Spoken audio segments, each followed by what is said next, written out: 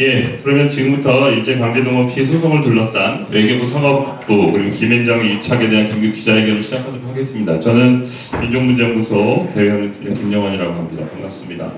날도 덥고 이렇게 바쁘신데 와주셔서 고맙습니다. 저희가 원래 당초에 대법원 앞에서 기자회견을 하려고 했었는데 보시겠지만 연로하신 분들도 많이 계시고 또 기자분들은 인권을 생각하여 저희가 시원한 데를 모셨습니다. 그러니까 사진만 찍지 마시고 길게 그리고 전문가분들 같이 모셨으니까 오신 분들 좀 자세하게 충분한 시간을 갖고 이 사건에 대해서 잘 보도해 주셨으면 좋겠습니다.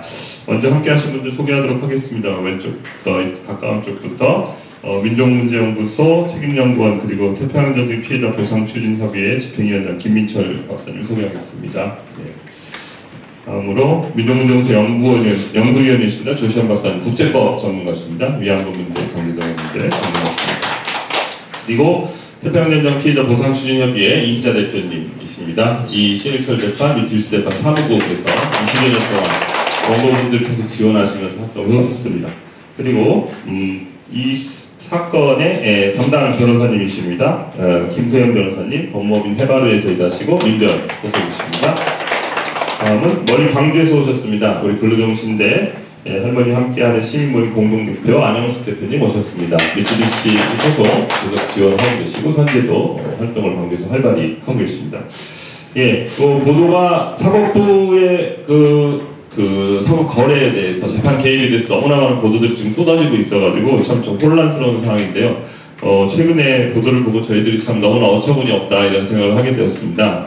사법부뿐만이 아니고 특히 이 사건은 해방이 되고 73년 이제 8월 곧 아픈데 8월달 맞이하고 강제 징용 대신 강제동원으로 끌려가신 피해자들께서 일본에서 수십 년간 소송하던 재판에서 한일협정의 벽을 넘지 못하고 패소를 했습니다. 그래서 한국에서 한국 사법부의 정의의 판결을 기대하고 제소한 재판이 2012년 5월 24일에 획기적인 판결을 맞이하게 되었습니다. 그래서 잘 아시다시피 그 이후에도 후속 소송들이 많이 제기가 되었는데요.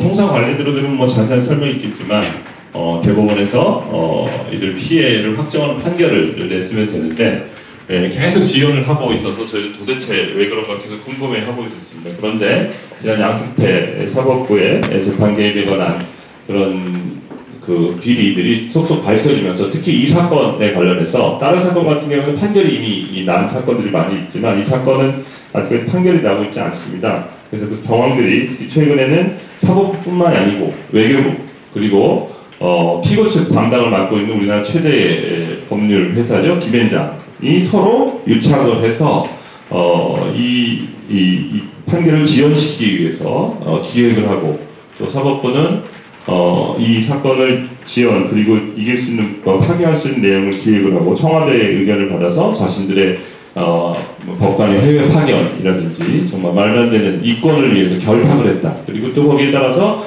김앤장은 외교부의 의견서를 요청하고 또 그 과정에서 오늘도 보도됐지만 대법원은 심지어 그 외교부의 의견서를 받는 민사소송 규칙까지 바꿨다고 정말 이 말하자면은 부패, 비리라고 하는 것이 어디까지 이어지는지 정말 끝을 알 수가 없습니다. 뒤에 보시면 이 소송의 원고분들의 얼굴이 있습니다. 지금 7분이 모두 돌아가셨습니다. 이 판결을 기다리시다가. 그리고 2분 지금 살아 생존해 계신데요. 오늘 뭐 이렇게 더운 날씨 저희가 모실 수 없어서 이렇게 현수막으로만 대신했습니다. 부디 오늘 기자회견을 통해서 이 사건이 잘 이해되고 많은 분들에게 알려지는 정의 판결의 내리기를 기대하겠습니다. 먼저 태평양전쟁 피해자 보상추진협의회 이희자 대표님께서 말씀을 해주시겠습니다. 이희자 대표님께서는 뒤에 계시는 돌아가신 그 원고님들을 대상으로 이 재판을 처음부터 계속 진행을 해오셨고 또 본인도 아버님께서 일제시대에 강제 동원되셔서 전사스 야스쿠니 신사에 합사되셔서 현재 일본에서 소송을 진행 중이신 피해 당사자이기도 합니다. 이희자 대표님 발언 부탁드립니다. 큰 박수로 맞아주십시오. 네. 얼굴 가릴까봐. 네, 반갑습니다. 나는 지금까지 활동하면서 많은 기자회견을 한국에서 하고 일본에서 했지만 오늘같이 이렇게 참담하고 슬프고 분통 터지는 이런 기자회견을 해보긴 처음이에요. 그래서 오늘의 이 기자회견을 하는 제 마음의 표현을 어떤 식으로 여러분들한테 말씀을 드릴지 진짜 참담한 일입니다. 오늘 여기 외신 기자분들 오셨어요? 운전도 안 했어요. 예, 예. 다행이라고 생각하고요. 정말 제가 일본이나 어디 가서든지 이런 기자회견을 하면 항상 당당하게 피해자의 입장을 늘 당당한 모습으로 했는데 오늘은 이게 제가 당당하게 해야 되는 것인지 그렇습니다. 그래서 일단은 여기 원고분 9분을 이렇게 현수막을 통해서 사진을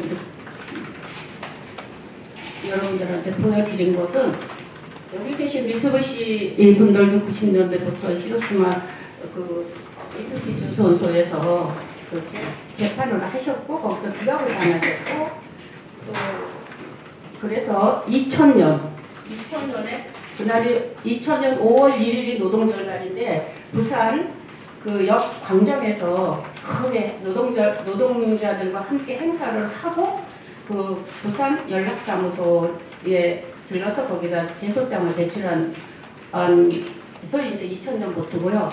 요게 여운택 신천수 이 두 분은 97년 12월 24일 오사카 지방재판소에 제소를 하셔갖고 2003년에 이제 완전히 퇴소하셔서 2005년에 한국에서 다시 저기 지금 살아계신 저 네 분과 같이 함께 소송을 진행해 오셨는데요. 지금 저기 살아계신 저 두 분도 지금 여기 김기수 지금 이 어르신은 병원에 들어가신 지가 한 3년 됐어요. 그래서 이렇게 인터뷰 대상이 할 수가 없어요. 그리고 그나마 지금 이춘식 어르신 지금 광주에 계신데 요즘 아마 바쁘게 아주 인터뷰하고 계신데 다행이라고 생각하는데 실제 나이는 지금 98이세요. 그래서 아마 SBS에서 갖고 MBC는 아니고 KBS에서도 갖고 뭐 여러 방송에서 많이 찾아뵌 걸로 알고 있고요. 그래서 저는 오늘 이 자리를 빌어서 정말 12년, 13년에 일본에서 모든 것을 퇴소를 했을 적에 할아버지의 말씀이 야, 가재는 개편이다. 아무리 일본에서 소송해봐야 일본 정부 편을 들어서 이게 우리가 이기는 게 너무 힘들다라고 말씀하셨고 그래도 재판정에 들어가실 적에는 기대 반 갖고 가셨다가 기각 판결이 되면 그 실망하고 나오시면서 하시는 말씀이 가재는 개편이라는 말씀하신 게 오늘 새삼 떠오르고요. 그리고 또 그래서 2000년, 2005년 그래서 12년, 13년에 우리나라에서 완전 그 승소 판결을 내렸을 때 그 명토 어르신이 엄청 우셨죠. 그동안에 일본하고 다니면서 그 소송하면서 재판 투쟁했던 것이 너무 억울하고 한국에서 소송을 하니까 역시 내 나라에서 재판을 하니까는 이렇게 우리의 권리를 찾을 수 있는 기회가 주어지는구나. 내가 이제 해방된 나라 해방민족이고 내 잊어버린 식민지 지대에 그 잊어버린 민족 그리고 잊어버린 청춘 그리고 잊어버렸던 이공 그리고 젊음의 그 아픔 이런 것을 그때 다 찾은 것 같이 너무 기뻐하시고 고맙다고 하셨어요. 고맙다고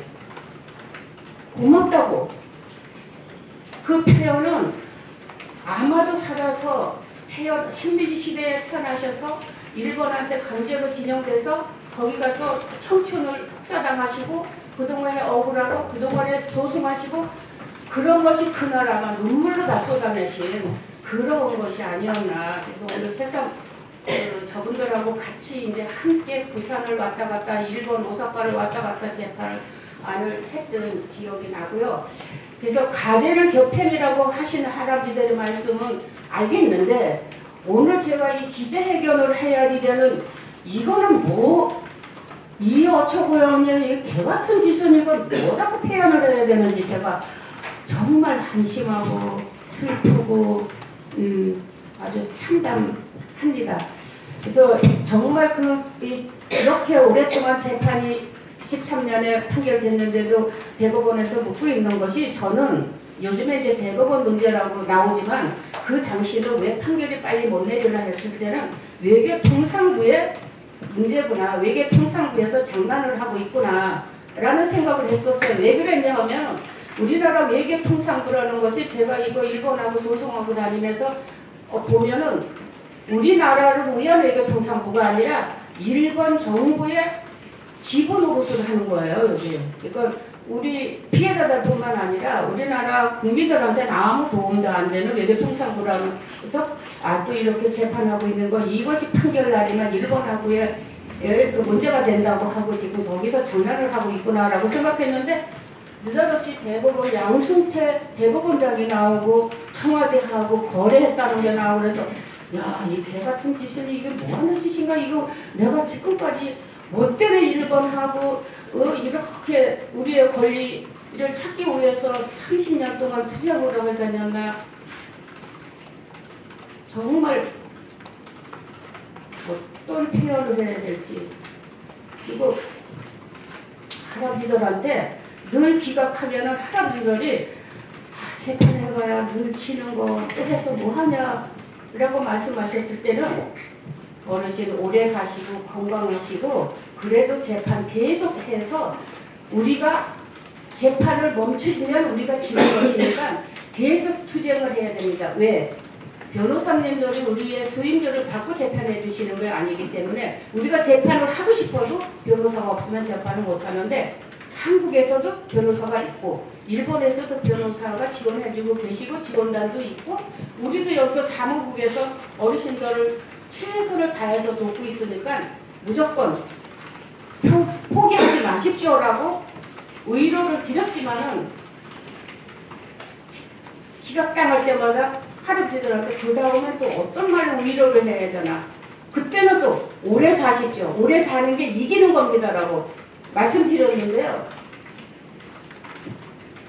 여기 5분은 13년 재판 승소 판결하기 전에 돌아가셨고 여기 2분은 승소 판결 7월 달에 보시고 11월 달에 돌아가셨고 14년에 돌아가셨고 그리고 지금 저기 2분만 남아 계신데 함부로 지금 병원 신세 지고 계셔서 만나뵐 수 없고 오늘의 이 기자회견은 어떤 의미를 담아야 되는지 앞으로 우리나라 사법부, 우리나라가 외교통상부, 우리나라 정부를 정말 이대로 믿고 있어도 돼야 되는지 근데 내가 이 자리에서 꼭 한번 하고 싶은 말이 있는데요. 우리나라 외교통상부가 이딴 식으로 외교통상부를 하려면 없애지는 게 훨씬 나아요. 아무리 장관이 바뀌어도 외교통상부뿐만 아니라 내가 지금 보면은 장관이 아무리 바뀌었어 밑에 것들이 안 움직여지니까 안 돌아가더라고요. 말을 안 들어보고 아주 오랫동안 아주 그냥 길들여져 있기 때문에 아무리 위에 장관이 바뀌어도 아무 소용없다라는 것을 요즘에 느꼈는데 그런 것을 느낌과 동시에 이렇게 어처구니 없는 일이 많이 터졌다라는 거에서 저는 이 자리에서 또 한 가지 말씀드릴게요. 할아버지가요, 야 1억 소송 승소 판결하는데 1억 언제 받아지냐 라고 해서 저희 사무실이 안 움직여서 돈 못 받는 것 같이 우리가 안 움직여서 재판 판결이 안 나는 것 같이 말씀을 하시는데 그건 아니지만 그래도 할아버지들의 그런 투정은 제가 승소해놓은 판결이기 때문에 그저 즐거운 마음으로 받아들였는데 이걸 진짜 즐겁게 받아들여야 되는지 이걸 앞으로 어떻게 싸워나가야 되는지 이거 고민입니다. 그러니까 여러분들 오늘 여기 오신 분들한테 그리고 여기 변호사님한테 궁금한 사항 이거 어떻게 싸우실 건지에 대해서 대체가 무엇인지에 대해서 여러 기자님들 질문해 주십시오. 예, 여러분 오늘 더운 날씨에 여기까지 와주셔서 감사합니다. 예, 고맙습니다. 이 대표님께서 한 20여 년 넘게 일본을 계속 다니시면서 이런 소송을 계속 진행해 오셨습니다. 그래서 오늘 일본 기자들 안 왔냐고 되게 물어보셨는데 창피해서 그렇다고 하셨는데 여기 오셨네요. 일본에 사람을 오셨는데, 왜냐하면 그럴 것이 일본에서 계속 소송을 해서 졌습니다. 그래서 이것이 한국에서 제기해서 2012년 5월 24일날 판결에 대해서 일본 사회에서 이 강제동원 문제에 대해서 소송을 지원해온 모든 사람들이 엄청난 큰 기대를 갖고 있었습니다. 드디어 이 문제에 관해서 정의의 판결이 내릴 것을 기대하고 있었는데, 그것이 현재 2018년 6년이 지나도록 아직까지 실현되지 못하고, 또 그 과정에 그런 추악한 거래들이 있었다라고 하는 것을 보면서 정말 분노를 금할 수가 없습니다. 다음은 이 사건 소송 담당 변호사 김세영 변호사님께서 이번 사태에 대한 입장을 말씀해 주시겠습니다. 저는 앉아서 말씀드리도록 하겠습니다. 김세영 변호사라고 합니다. 방금 질문을 하셨는데요. 이 소송을 어떻게 진행할 건지, 앞으로 무엇을 할 것인지 이렇게 물어보시는데 가슴이 철렁 내려앉았습니다. 상상할 수도 없었던 일이 일어나고 있었다는 게 이제 확인이 되고 있고요. 그동안 우리는 무엇을 신뢰하고 무엇을 기대하고 무엇을 기다려 왔는가에 대해서 끊임없이 질문하게 되는 시간인 것 같습니다. 사법부는 사실 정치력을 가지지 못하는, 다수의 힘을 움직이지 못하는 사람들이 자기의 권리를 구제받기 위해서 언제든지 문을 두드리고 법과 양심에 따라 판단하는 법관으로부터 판단을 받을 수 있는 곳입니다. 우리 사회에서 소수의 권리를 지키기 위해서 만들어 놓은 제도이고, 그래서 우리는 그것을 신뢰하고, 비록 힘은 없지만 외교부를 움직이는 힘은 없지만, 정부를 움직이는 힘은 없지만, 청와대를 움직이는 힘은 없지만, 그래도 법관을 움직여서 법에 따라 판결을 받을 수 있는 정의로운 결과를 얻을 수 있다고 믿고 대한민국 사법부에 문을 두드렸던 것인데, 근데 오늘날 지금에 와서 저희가 확인하고 있는 것들은 사법부가, 법원행정처가 외교부와 손을 잡고, 청와대와 손을 잡고 우리의 재판을 가지고 뭔가 이익을 얻고자 하고, 이것을 거래 대상으로 삼았다는 것이 참 충격이고 참담합니다. 변호사로서 무엇을 할 수 있느냐, 무엇을 해야 되는지 끊임없이 물어보게 되지만, 앞으로 무엇을 어떻게 해야 되는지에 대해서 말씀드리기가 되게 어려운 것 같습니다. 뭔가 무력함을 느끼고, 무엇을 우리가 지금까지 열심히 해왔기 때문에 정말 많은 서면을 내고 많은 자료를 발굴하고 연구자분들과 노력하고 그랬던 시간들이 있었기 때문에 지금 나와서 말씀드리고 있는 저는 비록 별로 경력이 많이 되지 않고 이 소송에 관여한 지 얼마 되지 않았지만, 아주 오래전부터 이 소송을 함께 오셨던 많은 변호사님들이 이 상황을 안타까워하고 계세요.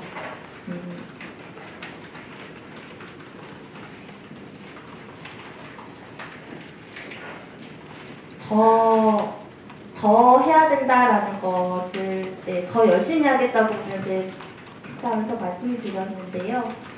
할 수 있는 모든 것을 해서 신속한 판결을 이끌어낼 수 있도록 저희가 최선을 다하도록 하겠습니다. 신속한 판결 이야기가 나와서 이제 오늘 결정된 사항을 조금 말씀을 드리면, 그 신일철 죽음 사건입니다. 신일본 제철이라고 이제 많이 알고 계신데 회사명이 변경돼서 신일철 죽음 사건인데요.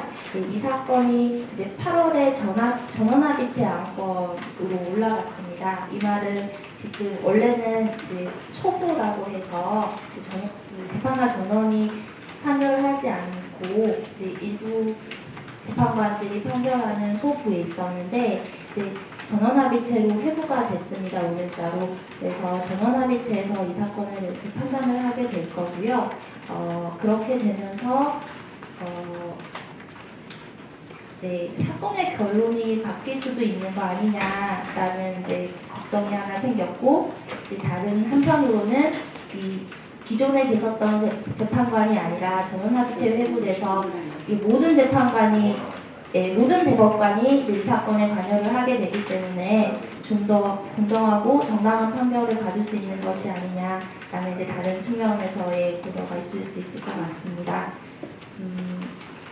그 대법원에서는 지금 이제 이 절차에 대해서 공개해서 진행을 한다고 하고 이게 한 곳인가 한 곳이 유사한 사안이 계속 중이어서 상호 간의 결론을 좀 모순 접촉 없이 해결하기 위해서 기존에 그 여러 관련 사건을 통일적이고 모순 없이 처리하기 위해서 이제 검토 중이다 이렇게 밝혀왔었는데요.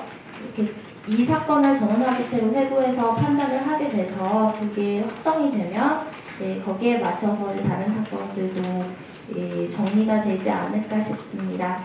대법원에서 이렇게 뭐 기존에 아무것도 하고 있지 않은 상태가 계속되다가 지금 상황에서 움직임이 있기 때문에 조만간 결정은 나지 않을까 기대합니다. 지금 상황에서 동일한 쟁점에 대해서 전원합의체를 가는 게 무슨 의미냐라고 저는 한편으로는 그런 마음이 드는데요. 이런 결정이 지금 문제가 되고 있는 저희가 제기하고 있는 재판부의 정당성 지금 이런 상황에서 지금 있는 그 재판부에서 판결을 하는 것이 판결을 받았을 때 우리가 받아들일 수 있겠느냐라는 그 문제를 해결하기 위한 방안으로 검토되었기를 희망하고 저희가 원하는 판결이 신속히 선고되기를 바랍니다. 매우 이례적인 일입니다. 이렇게 동일한 쟁점에 대해서 다투고 있는데 5년이라는 긴 시간 동안 사실 검토할 이유가 없다고 보고 있고 2012년도에 대법원이 판결을 할 때 분명히 여러 관점에서 여러 가지 문제에 대해서 충분히 검토하고 또 충분한 진언을 하려 해서 판결로서 대법원은 이야기한 바 있습니다. 거기에 대한 그 대법원이 기존에 한 판결에 대한 무게를 알아야 된다고 생각하고 그것이 쉽게 뒤집어질 수 있는 거라고 저희는 생각하지 않습니다. 그러한 기대와 희망을 저희는 마지막으로 가지고 있는 것이고 그러한 희망을 짓밟지 않는 판결이 선고되기를 기대합니다.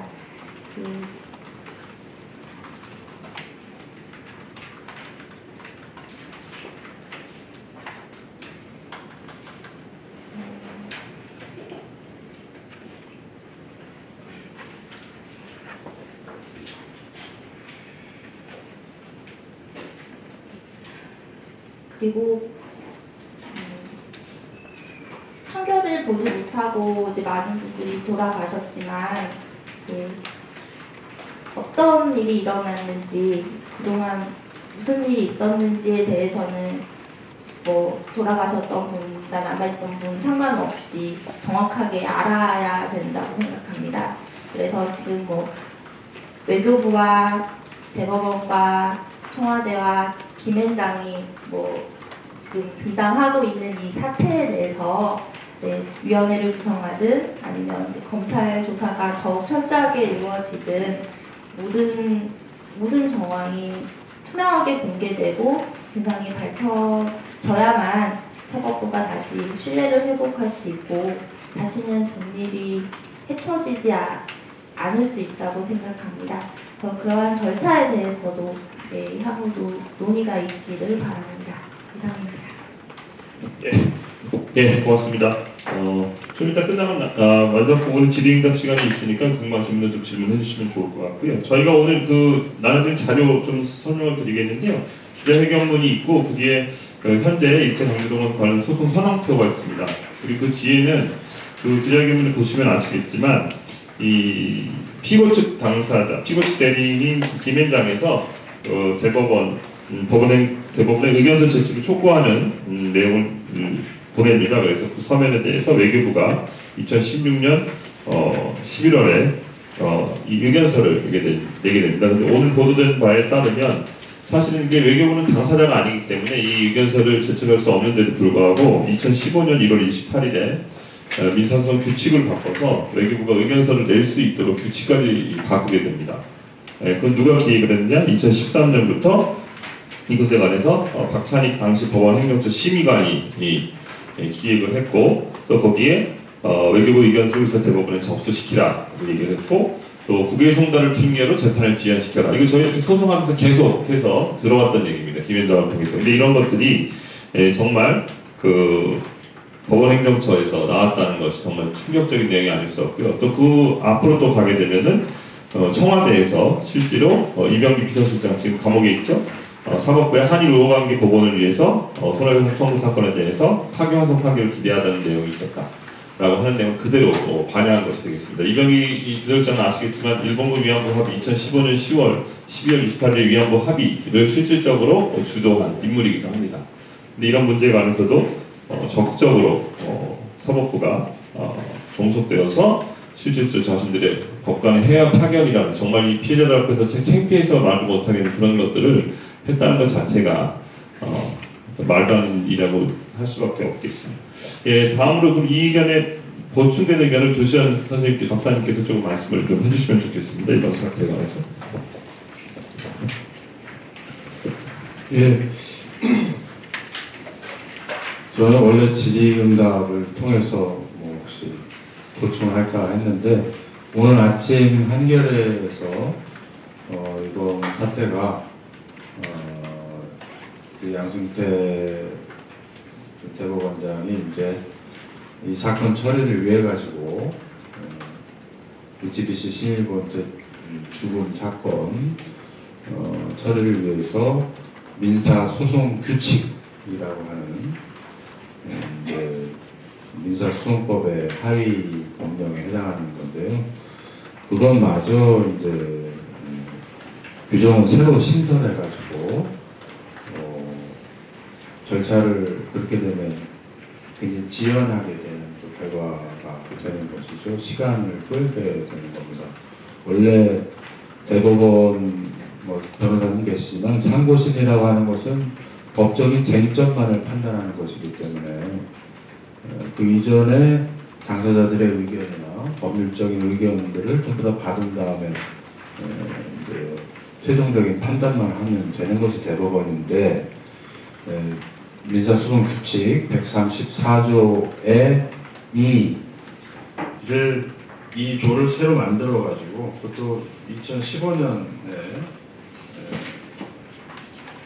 1월 28일 날 2015년 1월 28일 날 새로 이 규칙을 만들어 가지고 외교부와 같은 국가기관으로 하여금 대법원에 다른 법원은 아니고 1심, 2심 단계가 아니라 대법원 단계에서 의견을 제출하게 하도록 했다라고 하는 것이 저로서는 굉장히 충격적이다.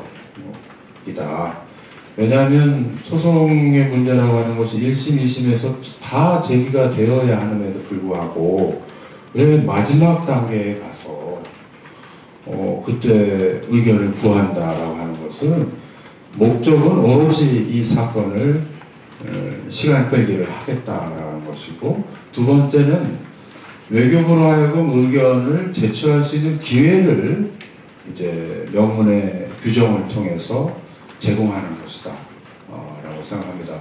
물론 법원의 판결을 돕기 위해서 시민단체들이라든지 관련되는 국가기관들이 소송사건이 있을 때 의견을 법적인 절차가 아니지만 법원의 허가를 받으면 제출할 수 있는 길이 있습니다. 그런 길이 있음에도 불구하고 외교부가 부담스러워했던 것은 자신들이 제출하는 의견이라고 하는 것이 소송에서 싸우는 양쪽의 한쪽, 이 사건에서는 피고죠. 그것은 일본 기업들이고, 일본 기업들에게 일방적으로 유리한 내용으로 의견서를 잘 보시면 아시겠지만 교묘하게 썼어요.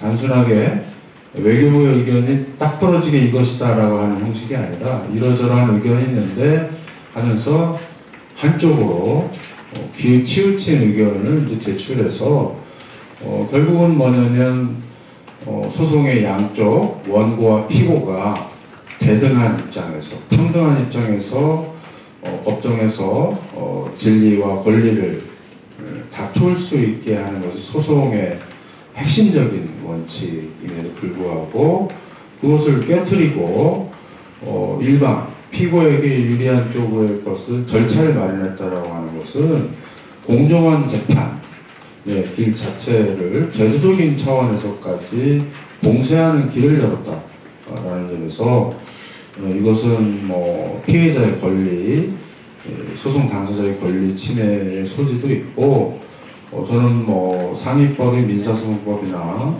헌법상 재판을 받을 국민의 권리를 침해하는 위헌적인 규정을 양승태 대법원이 작출을 한 것이 아닌가 뭐 이런 생각이 들었습니다. 그런데 이제 외국의 경우에는 이게 왜 저희가 이따 기자회견에서 나오지만은 이것이 왜 사법권 자체를 송두리째 깨버린 거냐 하는 것은 법적인 문제를 판단하는 것은 법원 아니겠습니까? 최종적인 문제, 법적인 문제를 종국적, 최종적으로 해결해 주는 것이 사법부의 역할입니다. 자신의 의견을 만들어가지고 판결하지 않고 외교부라고 하는 행정부의 의견을 듣고서 하겠다라고 하는 것은 재판의 포기 라는 측면에서 사법부의 존립 자체가 정말 없다.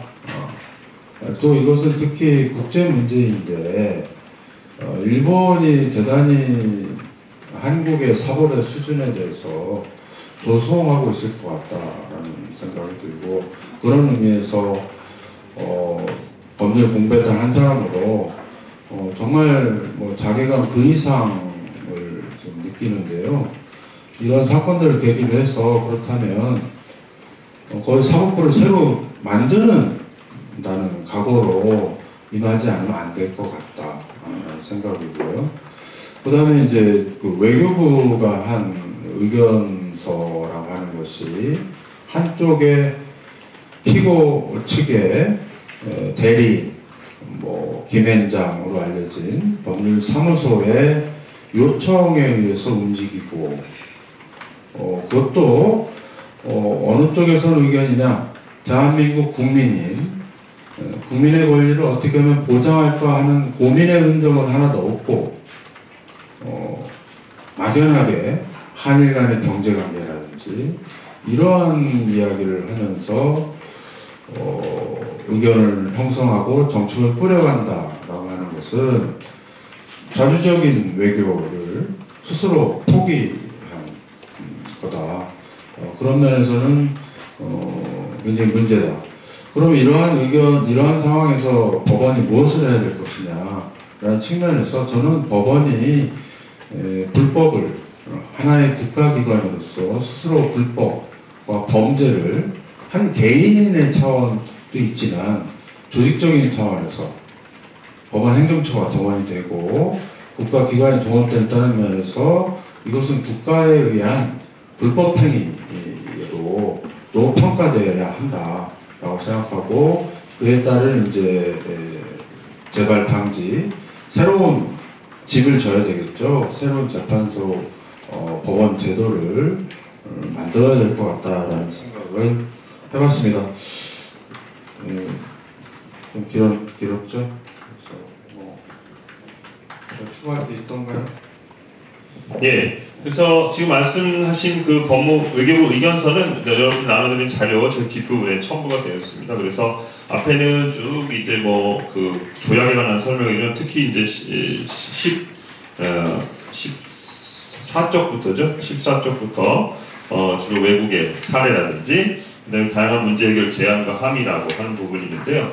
자세히 보시면 아시겠지만 그 외국의 사례라고 하는 것도 일방적으로 한쪽 편만 주는 내용들을 많이 골라서 갖고 있고 그다음 16번 페이지부터 다양한 문제 해결과 이런 여러 가지 견해가 있다라고 마치 양쪽 주장을 다 피력하는 것처럼 하는데 특히 17조 같은 경우를 보면은 한국은 국제법을 준수하지 않는 나라는 인식되고 도덕성, 우월성까지 잃게 될 것이다. 국제사회가 우리를 국제적 약속을 뒤지는 나라로 볼 것이다. 라든지 양국 관계는 돌이킬 수 없는 파국으로 치닫을 것이다. 뭐 이런 견해를 일방적으로 쭉 나열하고 있습니다. 그리고 정말 어처구니없는 투자와 비즈니스의 장애가 되고 있고 한일 관계, 경제 관계에 훼손을 초래할 수 있다.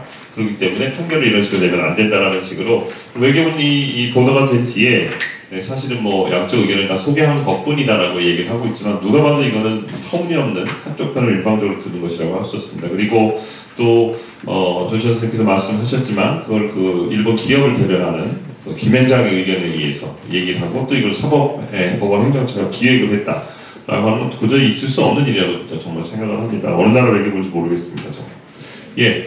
자, 그러면 다음으로 기자회견문을 안영수 대표님께서 낭독을 해주시겠는데 그 전에 지금 현재 광주에 계시는 원고분들 이 당사자 원고분 이춘식 할아버님 광주에 계시고요. 또 이 후속 소송으로 진행되고 있는 근로정시대 소송의 원고분들 광주에 계십니다. 다 고령이신데요. 그분들 상황 간단히 말씀해 주시고 기자회견문 낭독해 주시겠습니다. 5쪽 그 나눠드린 자료 5쪽 보시면 일제강제동원 관련 소송 현황표가 나와 있는데요.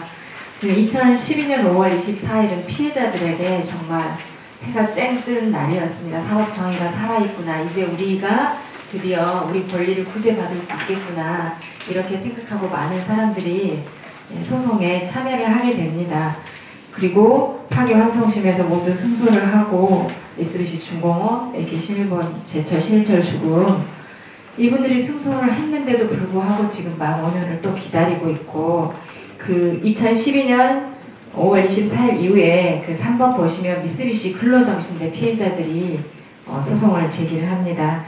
그래서 1심에서 승소하고 2심에서 승소하고 이제 대법원 판결만 나오면 우리는 된다라고 기다리고 있었는데 이 지금 대법원 판결이 지금 히로시마 증영공, 미쓰비시 중공업, 히로시마 증영공도 마찬가지고 신일본 주업도 마찬가지고 전부 지금 계류되어 있는 상태입니다. 그래서 미쓰비시가 재판을 지원하는 것도 힘들어 죽겠는데 지금 할머님들 많이 충격에 빠져 계세요. 재판부가 이 우리 강제징용 소송을 가지고 사법부가 독립적으로 판단하지 않고 거래를 했다는 것이 있을 수가 없는 겁니다. 그래서 이 대법원에 가 있는 사건들 말고도 지금 그 후속으로 이렇게 하신 분들이 지금 고법에 있는 소송들이 있는데 오늘도 그 피해자분 중에 한 분이 전화를 하셨어요. 아니 우리 소송이 안 돼서 기다리고 있는데 거래가 있다는데 어떻게 되는 거냐. 이제 우리는 이런 걱정들을 아직도 해방 70년이 넘도록 73년이 되도록 피해자들이 해야 된다는 것이 너무나 참담하고요. 지금 그 원고들의 좀 현황을 말씀드리면 그 미쓰비시 근로정신대로 가셨던 분들 보통 14살에 동원이 되었는데 그분들 지금 이제 90세가 3분 그리고 89세 이렇게 계십니다. 대법원에 계류되어 있는 사건 한 분은 지금 요양병원에 계시고 나머지 분들은 병원을 왔다 갔다 댁에서 계시지만 병원을 왔다 갔다 하고 있는 상황이세요. 그래서 늘 물어봐요. 전화 받기도 민망하고 하기도 힘든 상황입니다. 어떻게 되고 있냐. 근데 아직도 아니 대법원만 가면 끝나지 않은 거냐. 아직도 판단이 되지 않고 있습니다. 그런데 이 재판 거래 소식을 지금 듣게 해서 너무나 죄송하고요. 그리고 지금 신일철 죽음으로 가신 이춘식 어르신 생존에 계시는데 광주에서 지내시는데 98세세요. 98세. 아까도 말씀드렸지만 이분도 마찬가지죠. 이분 같은 경우는 2005년부터 재판 제소한 지로 치면은 13년째 지금 이러고 계시는 거거든요. 그래서 빨리 우리 사법부가 다시 좀 정신을 차리고 신속히 판결을 해서 피해자들의 좀 권리 구제를 해야 되지 않을까. 그래서 피해자들에게 또 우리 대한민국의 사법 정의가 좀 살아있다는 것을 보여줬으면 좋겠습니다. 그러면 기자회견문 낭독을 하겠습니다. 기자회견문 같이 봐주십시오. 기자회견문 강제동원 피해자의 목숨을 대가로 한 사법부와 외교부 김앤장의 추악한 유착을 고발한다.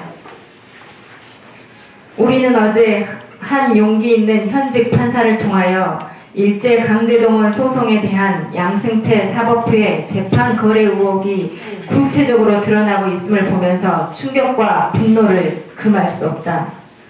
보도에 따르면 양승태 전 대법원장 당시 미쓰비시 강제동원 피해자들이 제기한 국가보상 청구 사건 담당 대법관이 재판 연구관에게 한일 외교관계에 큰 파국을 가져오는 사건이라며 판결에 재검토를 지시했다는 충격적인 사실이 밝혀졌다. 지금까지 의혹으로 제기되었던 사법부의 재판 개입 의혹이 명백하게 밝혀진 것이다. 우리는 이러한 충격적인 현실을 앞에 두고 사법부의 독립은 이미 파탄이 났다고 선언하지 않을 수 없다. 또한 양승태 법원행정처는 정의의 심판을 기다리던 강제동원 피해자들이 판결을 보지 못하고 하나둘씩 세상을 뜨는 슬픈 현실을 앞에 두고서도 재판의 결론을 미루는 대가로 외교부로부터 해외 파견 법관 자리를 얻어내기 위해 사법행정처를 총동원하여 재판 거래를 했다는 믿기 힘든 사실도 확인되었다. 일제에 의해 짓밟힌 청춘에 대한 권리 구제를 평생 동안 기다리던 피해자들의 염원을 내팽개치고 자신들의 이익에만 몰두한 사법부는 더 이상 대한민국의 사법부가 아니다. 더욱이 이 재판을 두고 사법부와 재판을 거래한 외교부는 어느 나라 외교부인지 다시 한번 묻지 않을 수 없다.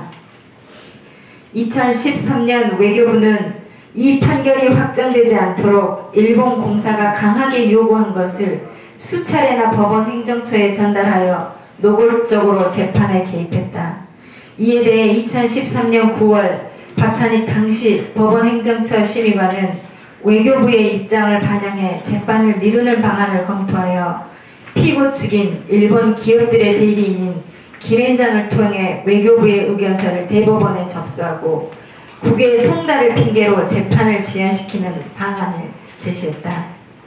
2015년 6월 법원행정처 임종원 전 차장은 조태열 외교부 2차관을 만나 의견서 제출을 협의하며 대사관 법관 파견을 청탁했다. 2016년 10월 미쓰비시를 대리하는 김앤장은 박찬익 심의관이 제안한 대로 외교부에 의견서 제출을 촉구하였고 11월 외교부는 손해배상 시 한국이 국제법을 준수하지 않는 나라가 될 것이라는 터무니없는 의견서를 제출했다. 한편 박찬익 전 심의관은 재판 거래를 기획한 대가로 지난 2월 소송 당사자의 대리인인 김앤장에 취업했다. 사법부와 외교부 그리고 국내 최대의 법무법인 김앤장이 결탁하여 재판을 거래하여 강제동원 피해자들의 권리를 무참히 짓밟았을 뿐만 아니라 사법의 근간과 국가 주권마저 내던져버린 파렴치한 폭거를 마주하면서 우리는 국가와 정부, 외교부와 사법부의 존재의 그리고 김앤장의 범죄적인 행태에 대해 그 책임을 철저히 묻지 않을 수 없다. 총체적 부정의와 재판 거래라는 초유의 사태를 앞에 두고 우리는 강제동원 피해자의 뜻을 모아 다음과 같이 강력하게 요구한다. 끝에만 3번씩 따라하시면 됩니다. 1. 사법부는 강제동원 소송에 부당하게 개입한 것에 대해 피해자들에게 사죄하고 새로운 재판부를 구성하여 신속하고 공정한 심리를 진행하여 판결하라. 판결하라. 판결하라. 판결하라. 2. 외교부는 사법부 김앤장과 결탁하여 피해자들의 권리를 침해하는 의견서를 제출한 경위 재판 거래의 진상을 규명하고 피해자들에게 사죄하라. 사죄하라. 사죄하라. 사죄하라. 3.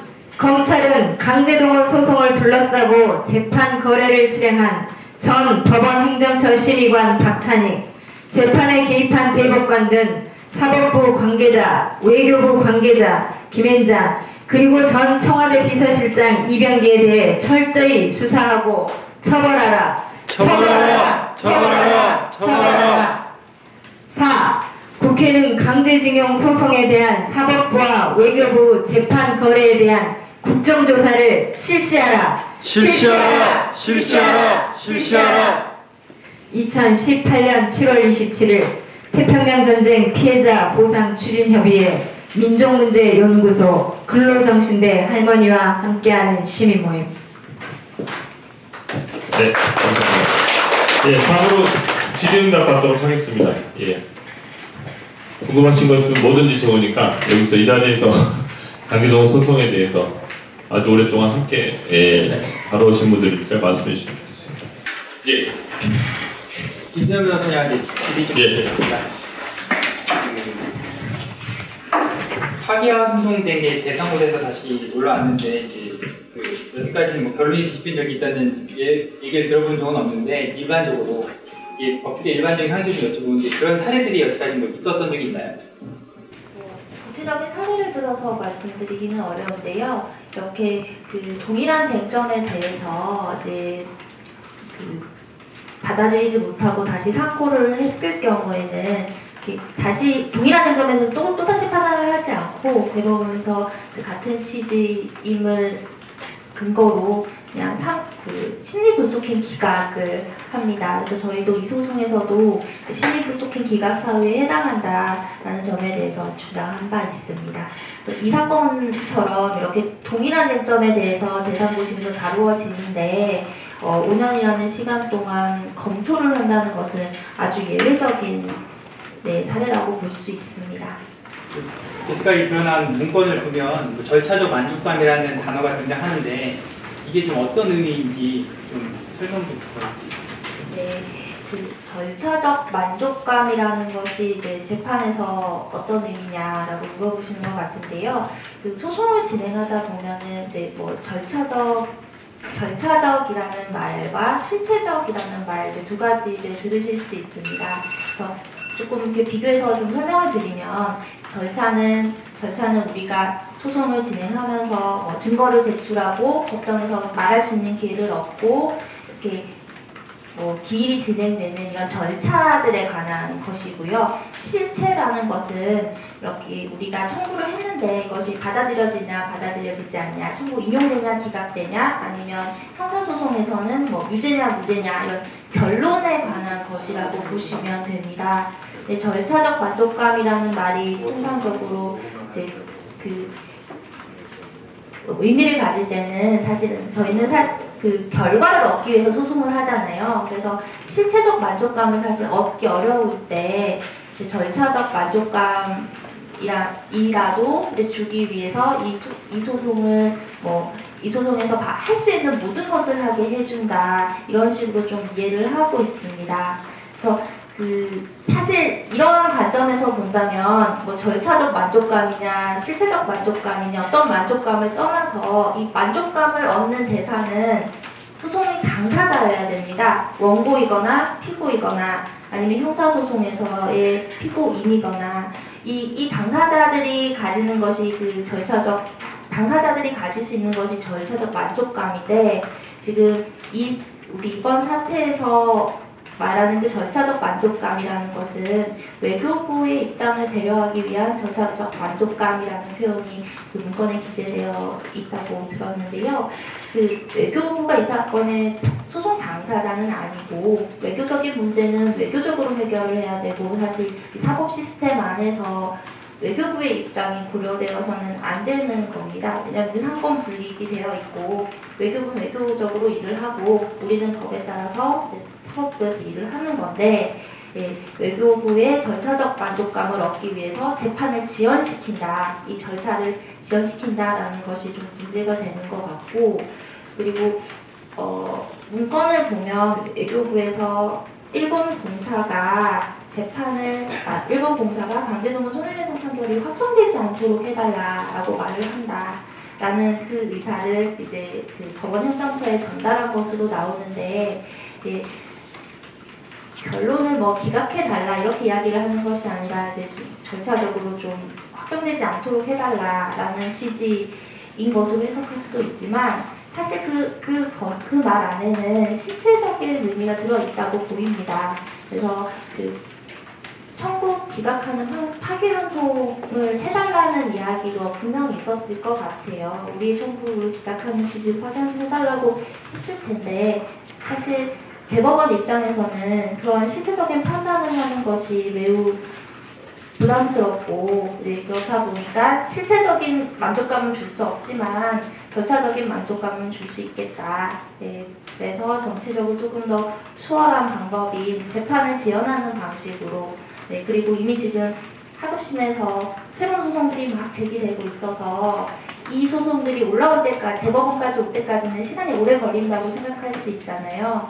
그러면 관련 사건들을 통일적이고 모순 없이 처리하기 위해서 이 소송들이 대법원에 올 때까지 기다린다라는 명분도 생길 수 있을 것 같고요. 그래서 이제 절차적 만족감을 주는 방안을 검토한 것으로 보입니다. 근데 이제 하급심에서는 대법원 판결을 기다리고 있고 대법원은 하급심에 있는 사건들이 올라오기 기다리고 있는 상황이 되면서 이제 아무것도 진행이 되지 않고 시간이 흐르는 그런 상황이 만들어지게 되었습니다.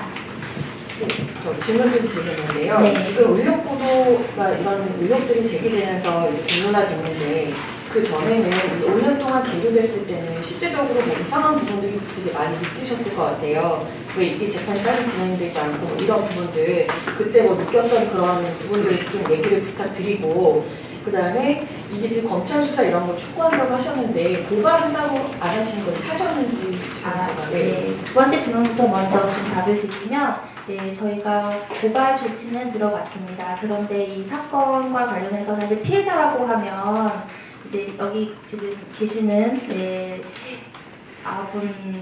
9분들뿐만 아니라 하급심에서 소송을 기다리고 계시는 몇백 명이 되는 피해자들이 함께 계신다고 봐야 되는데 저희가 이분들을 다 모아서 고발을 하기는 어려워서 이춘식 할아버지 한분 명의로 고발 조치가 들어갔고 할아버지가 직접 가셔서 조사를 받기가 어려운 측면이 있어서 제가 대신 출석해서 검찰에서 조사를 받은 바 있습니다. 중앙지검은 고발을 했습니다. 네, 그렇습니다. 언제 그걸 저희가 그 민주사회를 위한 변호사 모임에서 이제 사법농단 사태가 터질 때 저희가 다 같이 고발 조치를 취했습니다. 그리고 아까 첫 번째 말씀하신 부분 재판이 미뤄지고 있는 이 사안을 보는데 그거 제가 조금 설명드릴게요. 그 당시에 장원익 변호사님이 맡고 계셨는데 늦어지는 게 뭐 솔직히 말씀드리면 김현장에서 굉장히 기술적인 문제를 가지고 시간을 끌고 있다. 그러니까 송달을 했는데 송달이 지연된다든지 보냈는데 상대방에서 받지 않았다고 해서 그렇게 해서 6개월 지나가고 그래서 일종의 뭐 시간 지연 작전을 끌고 있다라는 거는 뭐 그렇게 확인을 할 수 있습니다만 그게 어떤 특정한 목적을 가지고 이런 거래를 가지고 진행됐다고는 사실은 상상을 못했죠. 그래서 이거는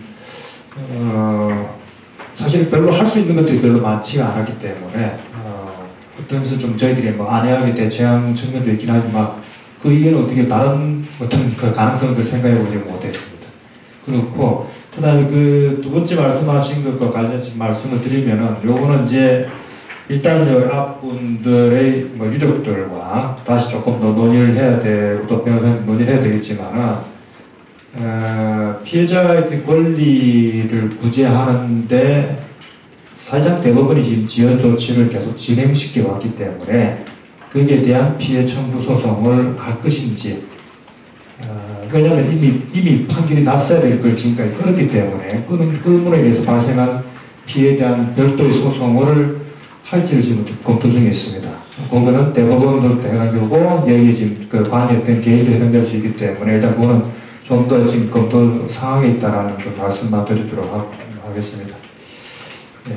그리고 한 가지 더 뭐 구체적인 뒤에 후속 조치와 지금 관련돼서 한 가지 확정됐다거나 거의 추진 일정을 정해놓고 진행한 것 중에 하나가 일단 우선 외교부하고 그 다음에 대법원 마찬가지인데 우선 외교부 장관 면담을 8월 9일 날 신청할 계획입니다. 그래서 8월 9일은 강제동원 문제를 해결하기 위해서 피해자단체뿐만 아니라 뭐 노동단체나 다른 사회단체가 공동으로 이제 공동 대응을 하는 조직을 결성을 하고 그 대표단이 외무부 장관 공식 면담을 요청하면서 2016년 11월 달에 외교부가 보낸 의견서에 대해서 지금 현재 외교부는 어떤 입장을 취하고 있는지 외교부 장관의 어떤 해명을 듣고 그 다음 이 의견서가 어떻게 해서 만들어졌는지에 대한 조사를 요구할 그런 계획하고 있습니다. 그 다음 뭐 대법원 장도 마찬가지고 현재 지금 그런 준비 중에 있습니다. 대법원장도 면담하신다는 거예요? 예, 그거는 별도로 이제 그럼 언제쯤 하시는 구체적인 계획 없으세요? 일단 전체 다시 모여서 일정을 조절하고 있는 중입니다. 물론 뭐 신청하고 면담은 안 될 수는 있는데 일단 그 양쪽에 대한 법적인 충분을 위해서도 그렇고 그거는 계속 좀 지속적으로 연대단체와 함께 지금 해나갈 계획입니다. 예, 알겠습니다. 그럼 기자회견 이상으로 마치도록 하겠습니다. 와주셔서 감사하고요. 기자분 여기 기사 쓰시면서 계속 좀 쓰셔도 괜찮으니까 편하게 기사 작성하시고 좋은 기사 부탁드립니다. 예, 그럼 이상으로 마치도록 하겠습니다. 고맙습니다. 네.